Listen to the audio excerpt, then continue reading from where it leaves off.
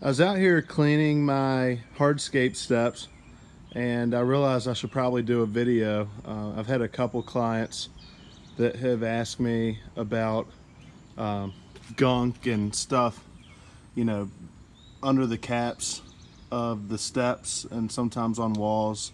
Usually this happens when you have a flat surface up top and stuff's running off, and especially like pollen and stuff like that. So it can get gunked up here under the steps. And you know, I'm out here after we've got a lot of rain.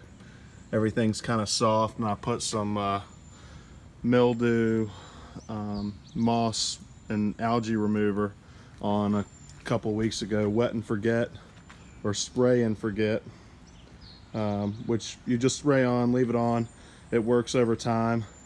But you know, I'm just using the garden hose with a nozzle on it and just washing everything off. You can see the difference here between this area over here to the left and this area to the right and up top.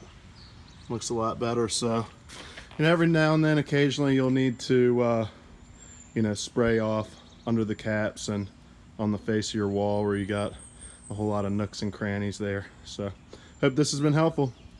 If you liked it, please like the video or subscribe to our channel.